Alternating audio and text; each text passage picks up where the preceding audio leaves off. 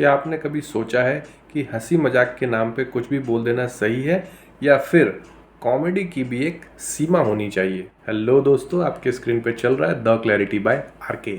आज हम बात करने जा रहे हैं एक ऐसे कंट्रोवर्सी की जहां आमने सामने एक तरफ है 90s के आइकॉनिक हीरो और शक्तिमान की पहचान वाले मुकेश खन्ना और दूसरी तरफ है आज की जनरेशन के बोल्ड कॉमेडियन समय रायना। इसकी शुरुआत कहाँ से हुई? समय ने अपना एक स्पेशल स्टैंड अप रिलीज़ किया जिसका नाम है स्टिल अलाइव।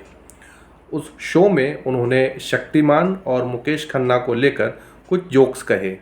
वहाँ उन्होंने एक सेंसिटिव मुद्दा उठाया और कहा कि पहले बच्चे शक्तिमान को कॉपी करते थे, उनके जैसा बनने की कोशिश करते थे और इसमें कुछ इंजरीज भी हुई हैं।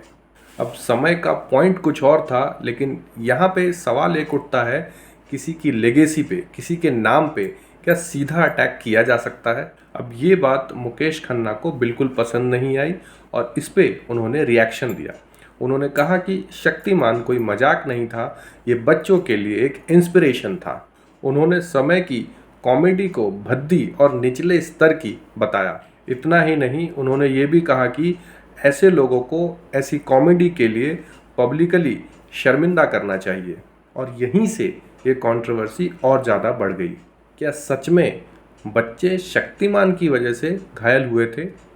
90s में कुछ रिपोर्ट्स और न्यूज़ बताती हैं कि बच्चे शक्तिमान की तरह घूमना चाहते थे, शक्तिमान की तरह कूदना चाहते थे और जिसकी वजह से कुछ बच्चे घायल हुए थे। उसके बाद इस चीज़ को मुकेश खन्ना और शक्तिमान की पूरी टीम ने बहुत सीरियसली लिया। शक्तिमान टीवी पर आए, बहुत जगह कैंपेन किया और बच्चों को एक स्ट्रिक्ट वार्निंग दी कि इस तरीके के स्टंट रियल लाइफ में ना करें।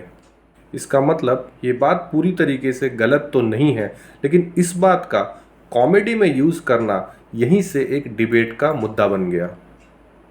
अब इन सब पे समय ने अपना पक्ष किस तरीके से रखा?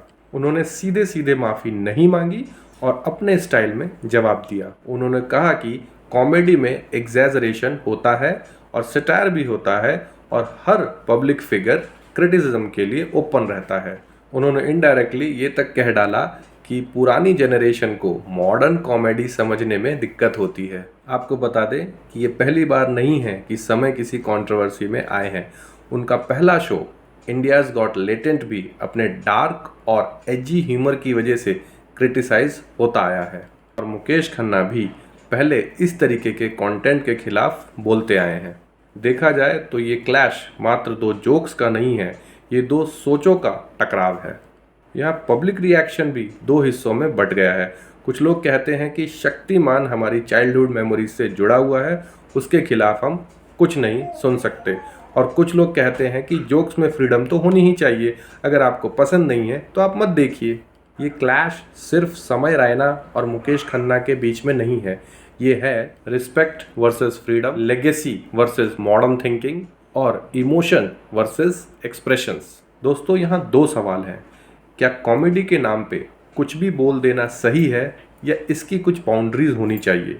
दूसरा सवाल, क्या हर क्रिटिसिज्म को इंसल्ट मान लेना सही है? सच इन दोनों के बीच में है। रिस्पेक्ट होना चाहिए, लेकिन सवाल पूछना भी जरूरी है। फ्रीडम होनी चाहिए, लेकिन रिस्पॉन्सिबिलिटी के साथ। अगर हम इस बैलेंस को नहीं समझ पाए ना, तो या तो आवाज़ दब जाएगी या तो रिस्पेक्ट ख़त्म हो जाएगी। किसी भी कंट्रोवर्सी में एक साइड लेने से पहले या एक डिसीजन बनाने से पहले हमें ये सोचना चाहिए कि या ये सोच अलग है या हमारी ही सोच अलग है। तो सोचिए और समझिए। द क्लैरिटी, यहाँ शब्द नहीं समझ से बात होती है।